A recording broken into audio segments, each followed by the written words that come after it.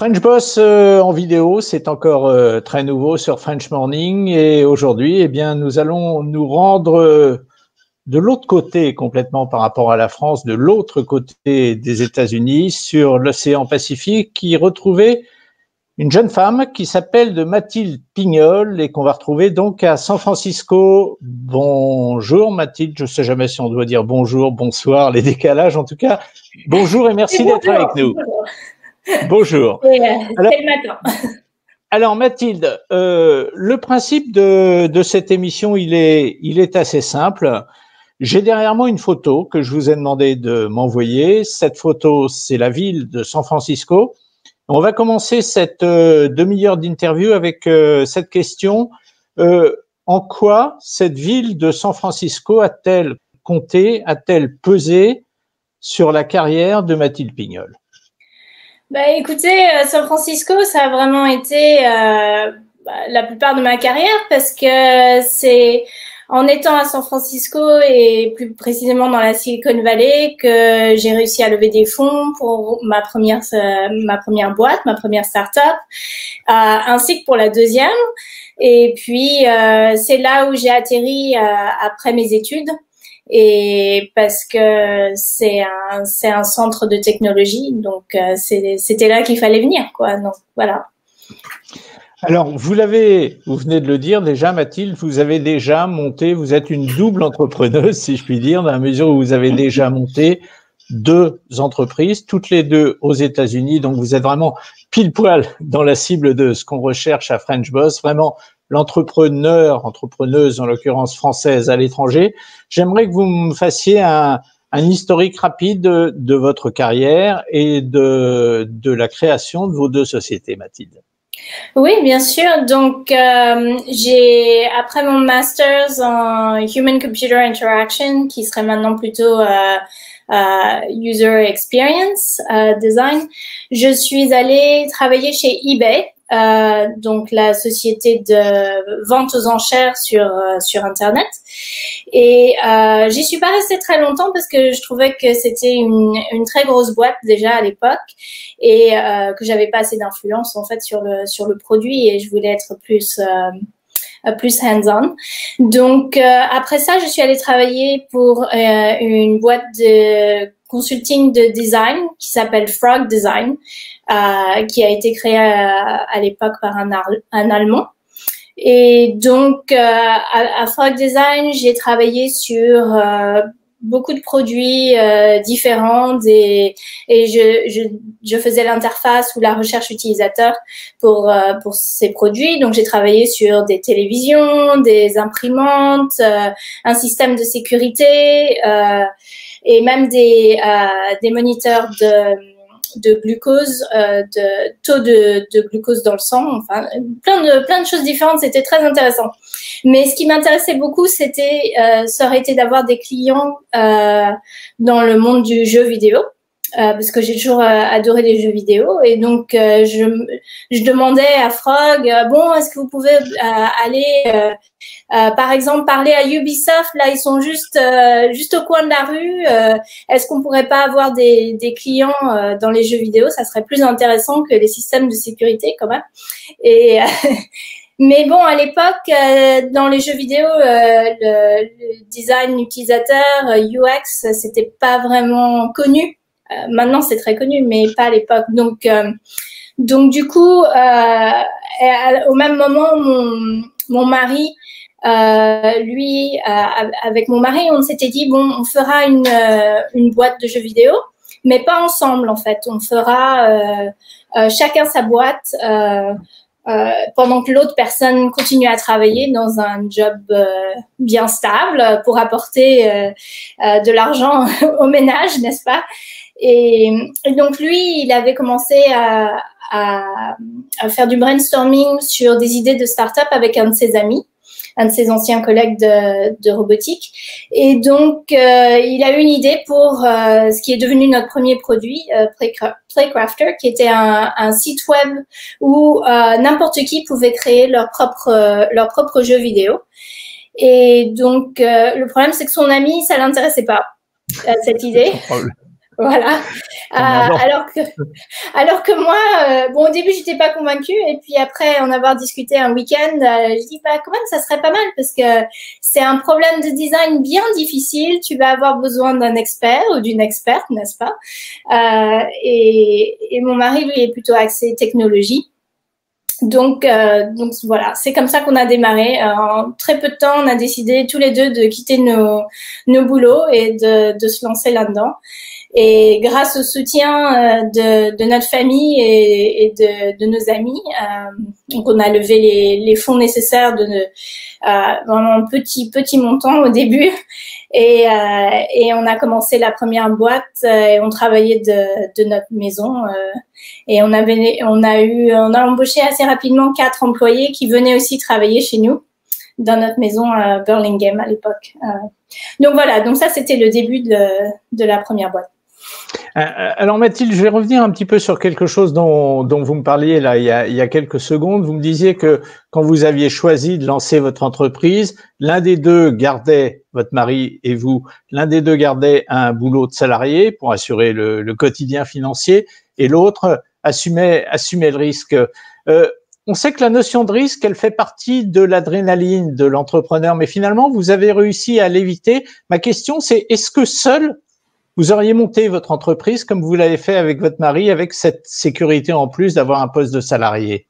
Je pense que je l'aurais fait parce que même quand j'étais au lycée, j'avais déjà à l'idée de démarrer une boîte et c'était au tout début de l'internet et des sites web, et avec 2 autres camarades de lycée, on s'était dit ça serait bien de designer des sites web pour les gens qui savent pas faire.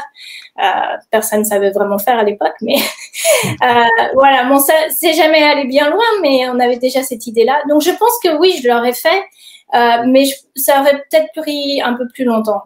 J'aurais fait probablement ça plus tard dans ma carrière que juste 3 ans après avoir fini mes études. Mais oui, mais dans une start-up aussi, c'est difficile de faire ça tout seul. C'est bien d'avoir un cofondateur parce qu'il y a vraiment des hauts et des bas, et c'est des montagnes russes. Donc c'est bien d'avoir quelqu'un à qui en parler dans tous les détails. Et quand une personne est en haut façon émotionnelle, l'autre personne peut être en bas, et ça fait un peu oscillation comme ça, donc ça peut aider. Mathilde, vous avez aujourd'hui 40 ans, vous avez créé, donc vous nous l'avez dit, 2 startups. Est-ce que la création de la première startup a servi de base à la seconde, à mesure où vous avez commis des erreurs lors de la première création que justement vous n'avez pas répétées, ou du moins je vous le souhaite, lors de la seconde? Est-ce que ça vous a servi, l'expérience? Absolument, absolument. Et pas seulement ce qu'on a appris avec la première startup, mais aussi le capital. Donc pour notre première startup, le capital initial est venu de nos familles, principalement quelques amis. Pour la deuxième startup, le capital est venu entièrement de la vente de la première startup. Donc on a pu la fonder nous-mêmes, enfin la financer nous-mêmes. Donc ça c'est très important. Mais aussi, bien sûr, quand on a démarré notre première startup qui s'appelait Zigzagplay en 2007. Et il y avait très peu d'informations sur comment est-ce qu'on démarre une compagnie, quelles sont les formes de financement, etc. C'était au tout début de cette information. Et maintenant, il y a plein de choses sur Internet. Il y a plein de podcasts, émissions, enfin, vraiment beaucoup d'informations. Donc, c'est plus facile d'éviter les erreurs de base, disons-nous. Par rapport à l'idée que vous faisiez de la création d'une société, qu'est-ce qui vous a, lors de la première création que vous avez faite, qu'est-ce qui vous a surpris, qu'est-ce qui vous a conforté dans l'idée que vous aviez? Ce qui nous a surpris le plus, c'était, en fait, on avait des bonnes bases et des bonnes connaissances au niveau business, niveau technique et design, mais au niveau business, on n'était pas trop sûr. Donc en fait, ce qui s'est passé, c'est que notre premier produit qu'on a lancé, on a travaillé dessus 2 ans et demi. Et on l'a lancé, on a eu des utilisateurs, on a eu plus de 100 000 jeux qui ont été créés avec la plateforme. Mais on n'a jamais réussi à faire beaucoup d'argent, en fait, parce qu'on n'avait pas vraiment de business model, on n'avait pas vraiment d'idées, enfin, on avait des idées de comment faire, mais il y avait vraiment trop d'écart entre le montant d'argent qu'on a réussi à gagner avec le produit et le montant d'argent dont on aurait eu besoin pour que la boîte soit rentable. Donc, on a pivoté, n'est-ce pas? Et on a changé de direction et on a commencé à faire des jeux sur Facebook à l'époque. C'est ça qui a le mieux marché. Après, notre 4e jeu sur Facebook a très bien marché, qui s'appelait Baking Life. C'était un jeu de simulation où les gens créent et font fonctionner leur boulangerie virtuelle. Et ils invitent leurs amis à travailler pour eux dans leur boulangerie. Donc, voilà. D'accord. Alors Mathilde, j'ai regardé un petit peu votre CV et quelque chose m'a surpris, c'est qu'effectivement, si on lit ce que vous avez fait durant vos études, on a du mal à se demander comment vous en êtes arrivé là. Alors, j'ai donc vu que vous aviez fait des études scientifiques et des études également de psychologie. Mais est-ce que, à ce moment-là, compte tenu de ce que vous faites aujourd'hui, est-ce que c'est cette idée de marier le dessin et la technologie, est-ce que la jeune Mathilde, la petite Mathilde l'avait déjà dans la tête à ce moment-là? En fait, moi, ce que je voulais faire, c'était de l'informatique. Et donc, ça, j'étais très inspirée par mes parents, ma mère qui était manager.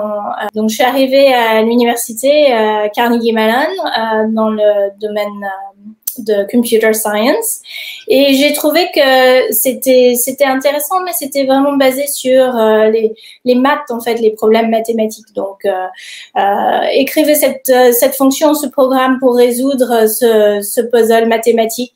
Et moi, ce que je voulais, c'était vraiment écrire des programmes pour aider les gens, en fait, pour avoir un impact sur les gens.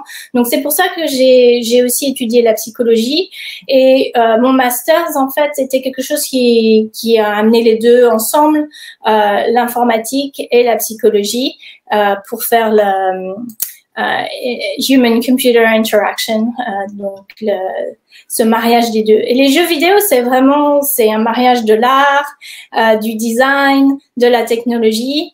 Et donc, c'est pour ça que j'adore ce domaine, en fait. C'est vraiment, ça ramène tout ce que j'aime dans un petit paquet, et c'est vraiment génial de voir quand les gens jouent à votre jeu, et de voir leur sourire et de voir que ça les rend heureux, quoi. Donc moi, c'est ça que j'adore. Alors, Mathilde, vous avez créé Roboto Games en 2013. C'est votre deuxième start-up. Ça fait 7 ans maintenant. On va parler des éléments financiers qui vont nous raconter d'une certaine manière la vie de Roboto Games. Mais j'aimerais déjà que vous me racontiez la vie quotidienne, l'organisation de Roboto Games, qui repose donc sur 2 personnes, votre mari et vous-même. Oui, alors, donc Roboto Games, à présent, nous sommes 8 à 10 personnes, ça dépend comment vous les comptez. Donc 5 personnes à plein temps et 5 personnes à mi-temps. C'est pour ça, plus des contracteurs dans le monde entier, du côté dessin et art. Et donc Roboto, oui, on a commencé il y a 7 ans, mais on a aussi, au début, on a pris les choses doucement, parce qu'on a aussi eu 2 enfants. Donc c'est sûr qu'au début, on n'a pas travaillé à plein temps sur la boîte, mais bon, c'était pas gênant parce que c'était financé par nous. Donc, on ne répondait que à nous, donc pas de problème. Et donc, il n'y a que l'année dernière, en fait, qu'on a levé des fonds pour Roboto Games. de venture capitalists, donc VCs. Et donc là, c'est sûr que ça fait déjà 3 ans qu'on travaille dessus sérieusement. Et là, c'est sûr qu'on travaille beaucoup. On a embauché l'équipe, etc. depuis qu'on a levé des fonds. Justement, le fait de lever des fonds, ça fait partie intégrante de la vie d'une start-up. Il est inimaginable de faire grandir une start-up sans lever des fonds. Mais lever des fonds, c'est un autre métier que celui que vous faites au quotidien dans votre société, Mathilde. Ça, c'est sûr. Ça demande des... Rendez-moi. Vous aimez ça? Vous aimez ça? Est-ce que j'aime ça? J'aime bien rencontrer les gens, parler aux gens. Lever des fonds, ça peut être assez stressant. Donc c'est pas ma partie préférée de la startup, mais c'est une partie, comme vous dites, nécessaire. Et ce que j'aime bien c'est de mettre au point en fait la présentation et l'histoire que vous avez présentée aux investisseurs potentiels en fait. Et ça c'est du design aussi, hein. C'est mettre en place une histoire et avec un début, un milieu, une fin, etc. Donc mais c'est sûr que c'est pas évident, mais c'est beaucoup plus facile que ça n'a été aussi qu'avec notre première startup. Pour notre première startup, on avait eu 50 premiers meetings, donc 50 meetings avec des investisseurs potentiels différents avant d'en avoir un qui enfin disent oui, je veux bien investir. Faut un gros mental quand même, faut un gros mental, Mathilde, pour accepter ça au quotidien, hein.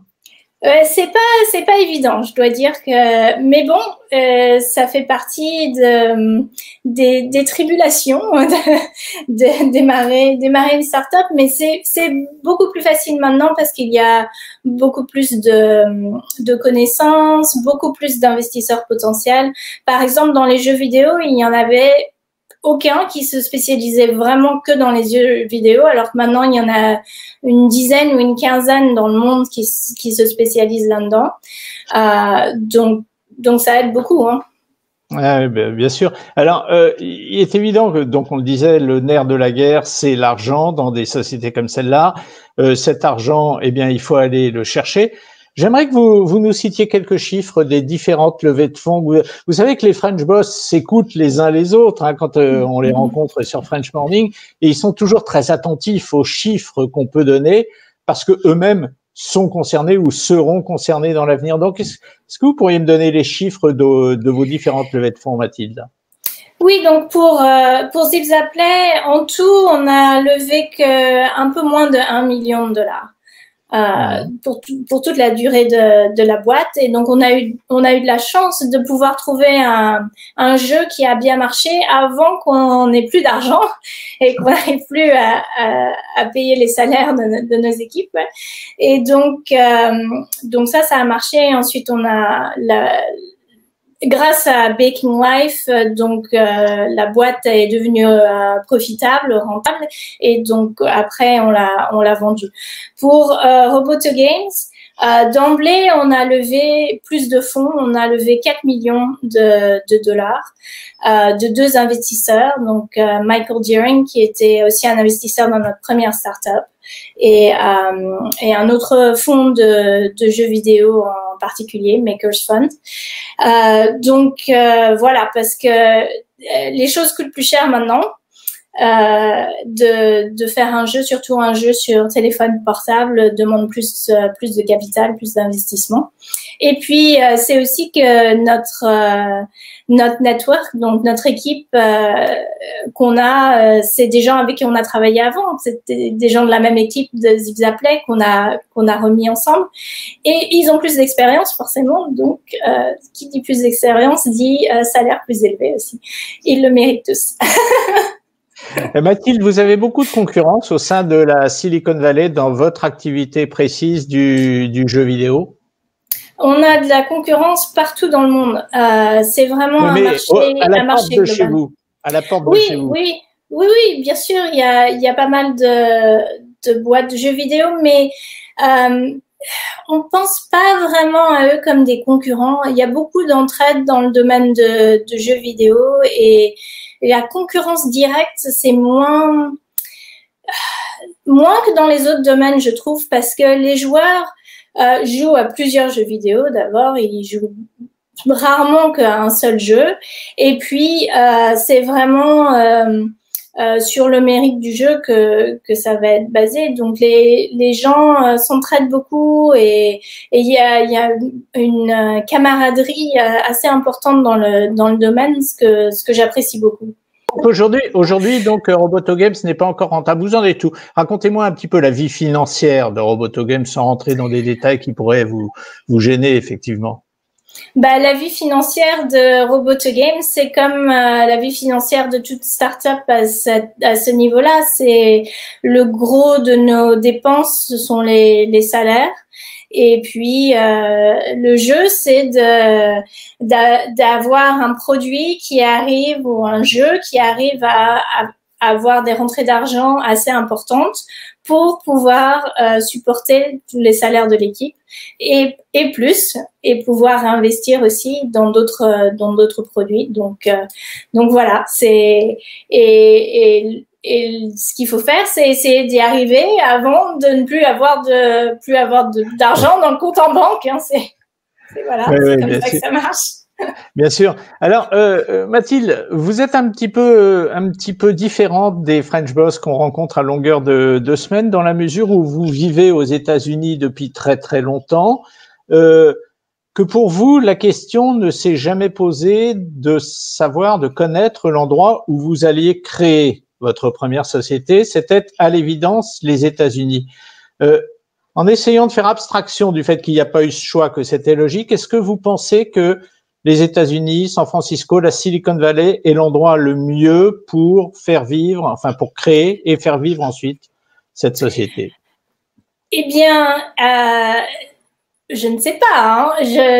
Pour nous, ça a bien marché, mais c'est sûr que le coût de la vie a beaucoup augmenté dans la Silicon Valley et que maintenant, on voit de plus en plus de sociétés qui ne se basent pas ici. Parce que le coût de la vie a augmenté et les salaires ont augmenté de façon très importante avec des compagnies comme Google, Facebook, Apple, etc. qui font compétition surtout pour les ingénieurs. Donc ça c'est un problématique. Mais les investisseurs potentiels, il y en a toujours énormément ici. Donc ça c'est l'autre côté le revers de la chose. Donc, mais c'est sûr que maintenant il y a beaucoup d'endroits dans le monde qui sont propices à démarrer une compagnie, ce qui n'était pas le cas il y a 10-15 ans. Ouais, ça m'amène un peu à la question suivante. J'ai été frappé par quelque chose en regardant votre CV aussi, c'est que nulle part la France n'apparaît dans le CV de Mathilde Pignol, qui, à ma connaissance, elle est quand même française. Alors je suis française. Pourquoi cette absence de la France dans tous les écrits concernant Mathilde? Eh bien, écoutez, donc ça fait 25 ans que je suis aux États-Unis. Je suis arrivée en tant qu'adolescente. J'ai fait mon lycée à Houston, au Texas. Et au début, quand ma famille est arrivée ici, on pensait y rester 2 ans, 3 ans maximum. Et en fait, ça nous a beaucoup plu. Donc tout le monde, mes parents, mon frère, tout le monde est toujours là. Et voilà. Donc c'est pour ça, en fait, je suis jamais retournée en France. J'y retourne chaque été, à part cet été à cause du virus, mais normalement chaque été. Et j'adore la France et j'ai beaucoup d'amis, de famille. Mais de façon professionnelle, non, ou même pour finir mes études, j'y suis jamais retournée. Donc. Et est-ce que vous avez réussi, vous avez beaucoup d'amis en France qui probablement, peut-être parce que c'est une génération qui le fait beaucoup, des amis qui ont créé eux-mêmes leur entreprise. Est-ce que vous avez essayé de convertir certains de vos amis à faire un petit peu la même chose que vous? Eh bien, en France, pour l'instant, non, je n'ai pas d'amis qui ont créé une entreprise de ceux avec qui j'ai grandi. Hein. Mais peut-être un jour, on essaiera on arrivera à les convaincre, mais c'est plus difficile. Hein, je veux dire, dans la Silicon Valley, c'est vraiment dans la culture, c'est dans l'air. C'est vous allez à un café, vous voyez les jeunes qui sont en train de gesticuler devant leurs ordinateurs, en train de parler à quelqu'un de plus âgé qui a l'air un peu sceptique, tout ça. Donc c'est partout. Donc c'est vraiment alors que je trouve, de ce que j'en sais, hein, en France, c'est moins répandu. Donc c'est plus difficile du coup. Qu'est-ce qui reste de français chez Mathilde Pignol aujourd'hui? Bien écoutez, mon nom. Oui. Après, le fait que vous parlez très bien français, bravo. Mais après. J'essaye. Non, mais je parle français à mes enfants, hein, et c'est quelque chose que je trouve qui est très important de garder, donc cette connexion à la France, à la culture française, et d'avoir cette diversité d'esprit et de pensée, parce que bon, d'accord, la Silicon Valley, ils sont très start-up, mais bon, la France, ils ont quand même une joie de vivre qu'on ne trouve pas forcément ici. Donc, il y a vraiment d'avoir ce bilinguisme culturel. Je trouve que c'est très important. Donc, c'est quelque chose que je veux passer à mes enfants. Vous vivez au cœur d'une région dans laquelle il y a tous les plus grosses start-up, ex-start-up du monde, hein, tout ce qu'on appelle les GAFA en France. Parmi ces gens-là, qui pourrait vous avoir inspiré? Eh bien, quand on a démarré en 2007, notre première start-up, Facebook était encore assez petit. Et nous avons été à plusieurs événements où Mark Zuckerberg parlait à un groupe de 100-200 personnes, un petit groupe, hein, dont nous faisions partie. Donc c'est sûr que de voir ces gens et de les voir en tant que humain en fait est plus approchable que juste sur le grand écran. Je pense que ça a une influence, mais aussi le fait que un de mes camarades de lycée avec qui je parlais de démarrer une boîte au lycée, lui, il a aussi fait ses propres boîtes et il en est à sa 3e, je crois. Donc ça aussi, plus proche de mon expérience. C'est important d'avoir ces modèles, en fait. C'est role model. Je sais plus comment on dit ça en français, mais voilà. Modèle de rôle, enfin, je sais pas. Modèle de rôle. C'est d'avoir ces exemples, hein. Ouais, c'est ça, ce sont des exemples. Aujourd'hui, donc, votre société s'annonce plutôt pas mal, hein. C'est ce que j'ai cru comprendre au travers de ce que vous m'avez dit. Non? Eh bien, on espère. Encore? Ouais.